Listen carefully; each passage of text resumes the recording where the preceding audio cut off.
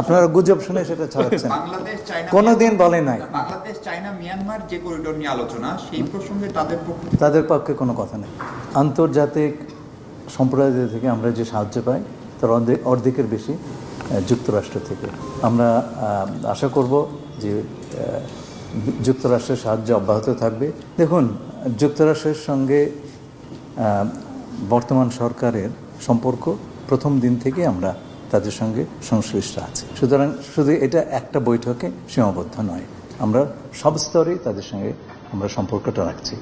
আগের সরকার বলতে যদি ইন্টারিম গভর্নমেন্ট বোঝান তাহলে পরে সেই সম্পর্কে ধারাবাহিকতা আছে।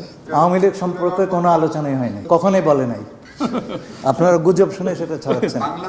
কোনোদিন বলে নাই, তাদের পক্ষে কোনো কথা নাই।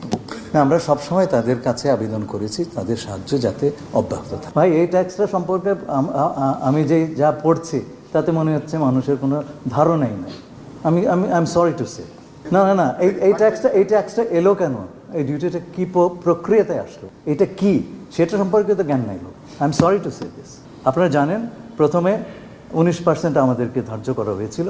যে আইনের বলে সেটা করা হয়েছিল, সুপ্রিম কোর্ট আমেরিকার বলেছে সেই আইনের বলে আপনি ট্যারিফ দিতে পারেন না। তারপরে ইউএস ট্রেড ল অনুযায়ী বর্তমান যে রেজিমটা চলছে তাতে করে 155 দিন আমেরিকার প্রেসিডেন্ট কংগ্রেসের কোনো সম্মতি ছাড়াই উনি সর্বোচ্চ 15% ডিউটি দিতে আরোপ করতে পারেন। সেই সময়টা শেষ হয়ে যায়। সুতরাং তারা 301 আর্টিকেল, যার মাধ্যমে আমেরিকার রাষ্ট্রপতি উনি unlimited amount of tariff for unlimited time ধার্য করতে পারেন, কিন্তু তার জন্য তাকে একটা কারণ দেখাতে হবে এবং সেইটা নিয়ে একটা ইনভেস্টিগেশন করতে হবে। এই ইনভেস্টিগেশনগুলো একটা পর্যায়ে শেষ হয়েছে এবং তাতে আমরা 10% আমাদেরকে ধার্য করা হয়েছে। এটাই হচ্ছে নতুন ডিউটি। এখন আমাদের 10, অন্যরা 12 পেয়েছে, 12.5 পেয়েছে, আমরা 10। সেই সঙ্গে আরেকটা জিনিস পেয়েছি যেটার কথা কেউ বলছে না, এটা হচ্ছে সবচাইতে ইম্পর্টেন্ট।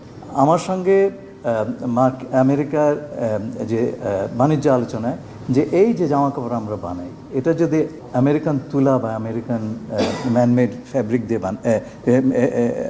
ম্যানমেড ফাইবার দিয়ে বানাই, তাহলে পরে this is basically A transformed American. তা আপনারা কেন এর উপরে শুল্ক ধার্য করেন? এবং তারা এবার আমাদেরকে তার জন্য একটা ডিসপেন্সেশন দিয়েছে, যে একটা ট্যারিফ কোটা সিস্টেম করেছে যাতে করে আমরা আরও অধিকতর মার্কেট অ্যাক্সেস পাই।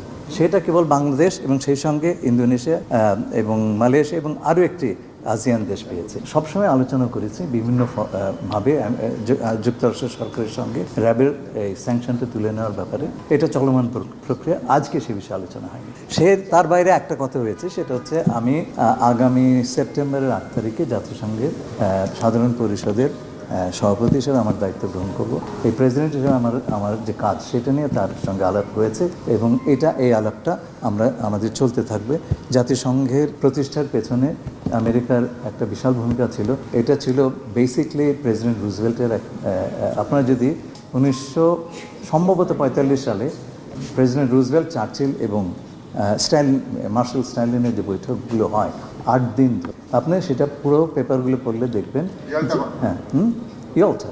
তো সেটাতে আপনি দেখবেন যে মার্কিন রাষ্ট্রপতি রুজভেল্ট তার সবচেয়ে বড় একটা এজেন্ডা ছিল ইউনাইটেড। তো জাতিসংঘের ব্যাপারে আমেরিকান ইন্টারেস্ট সেই সময় থেকে, এর শুরুর থেকে এই কনসেপ্টটাই এসছে ওদের কাছ থেকে।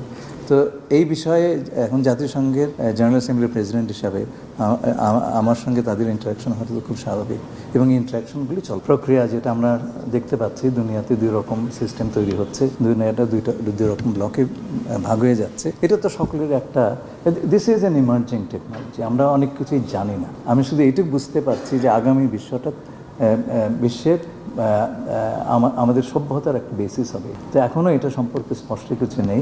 যেমন ধরেন নতুন যে প্রতিষ্ঠান হয়েছে ওয়ার্ল্ড AI কোঅপারেশন অর্গানাইজেশন, যুক্তরাষ্ট্র এখন সেটা পর্যালোচনা, এখন তো তাদের পুরো অভিমতটা আমরা জানি না।